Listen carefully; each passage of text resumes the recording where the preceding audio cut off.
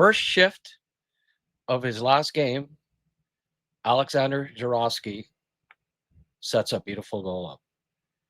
That's points in 3 straight games since he returned from injury.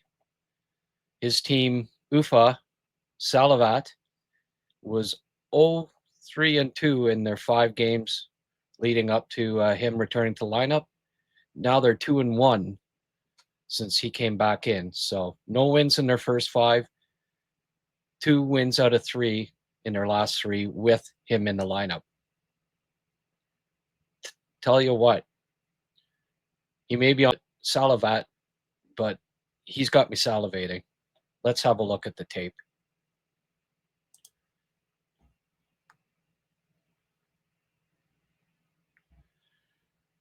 This was on October 5th. They ended up winning.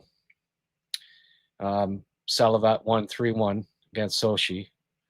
Now, sure, the 2 wins that they've got are against bottom dwellers with Sochi and Novosibirsk, but the wins are wins, and he is playing on the top line, and he immediately makes them a better team because, as you can see by these highlights, right from the very first shift, he's creating stuff every shift. And look at the back check. That, folks, is what excites me maybe as much as anything. I ranked him 24th overall last year, even though I thought, based on what I saw skill-wise, he was top 10 in terms of skill. But what needed to come was his skating, I thought, and his defensive game. And I've seen huge improvements in that regard in the past 6 months. So, I mean, there was improvements as the year went on last year, but he clearly had another good offseason, and he's only gotten better in all regards. You can see by these highlights, he is on the puck. His speed is fine at the KHL level, and that's as an 18-year-old. He anticipates the play well, forechecks, wins a lot of puck battles. As you can see here, he was constantly getting the puck off of the other team, off Sochi. So as a teenager at this level, that's just very impressive. Look at and what I've found too in the 3 games that he's played is that his confidence level has only increased game by game. And we're just seeing the tip of the iceberg here, I think, with this kid. He's got a pile of upside. What I like especially is that he's been put into a top 6 role right from day one with his new KHL club, and he has not looked out of place at either offensively with the puck or defensively without the puck. Clearly, his IQ is great, and also I wasn't sure about his work ethic at times last year, but I think part of it was that he was a star, right? And there were times when he maybe tried to do too much and concentrated on the offensive part of the game. He was going to get major minutes regardless because he was just so skilled and so productive in the MHL.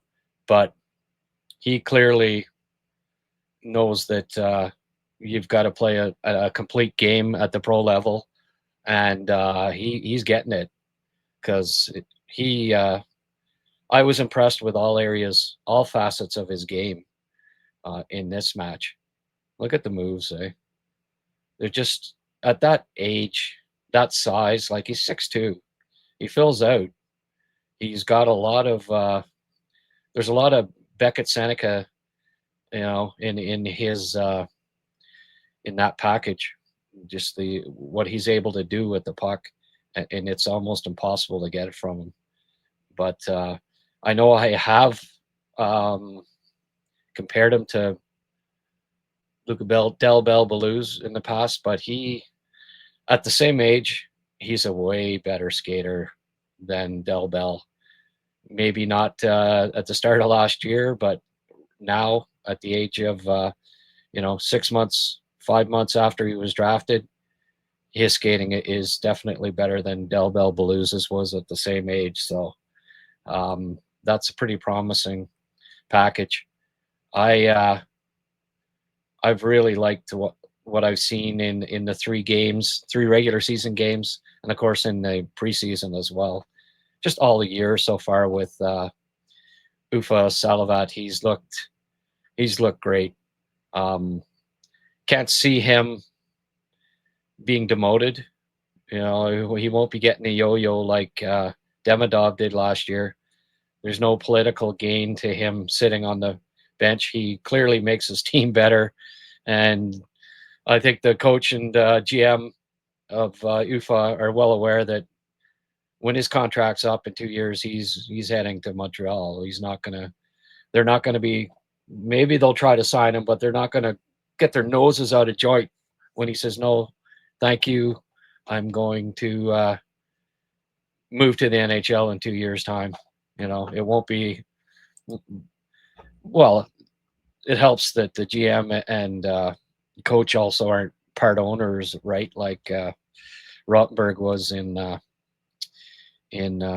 St. Petersburg, and there was clearly political motivation behind the benchings that Demidov got last year, even when it was obvious that he never deserved it.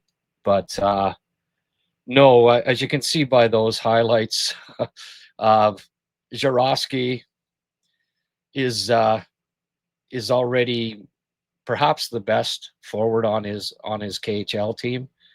Certainly top 3. He'll play regular. He'll be on the first power play unit, and don't be surprised if he ends up scoring more points in his rookie KHL season than Demidov did. I know Demidov set records and all last year. I would not be surprised if Zharovsky broke them. Mind you, he missed a few games at the start of the year, so possibly he doesn't. But at the very least, I think he can match Demidov's or better Demidov's points per game as a KHL rookie, and that's back to back. What we could be seeing there is back to back Rookie of the Year awards for Montreal's first picks in 2 consecutive drafts. So not bad.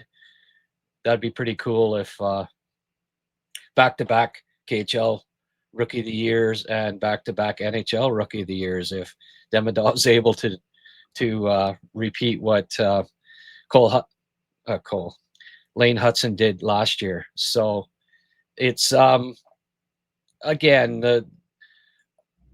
the offensive what we see offensively from him in these videos doesn't surprise me.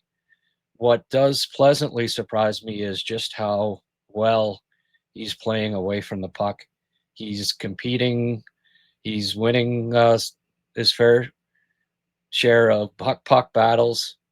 He's back checking hard.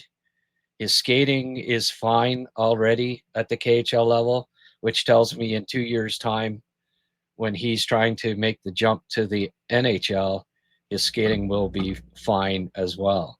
So all in all, got to be pretty happy with all that.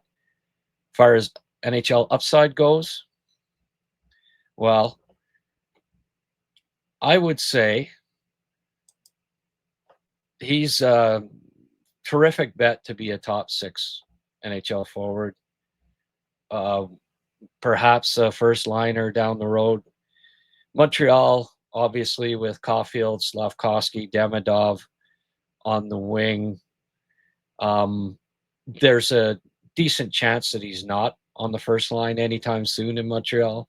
But what also there is a decent chance of is Montreal having 2 very good offensive lines at the top of the pecking order, kind of like a 1A, 1B. If Caulfield, Suzuki, and Slafkovsky are still together in 3 years' time, and they're the first line.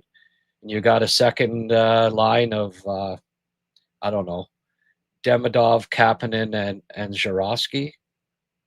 That that could be a hell of a second line.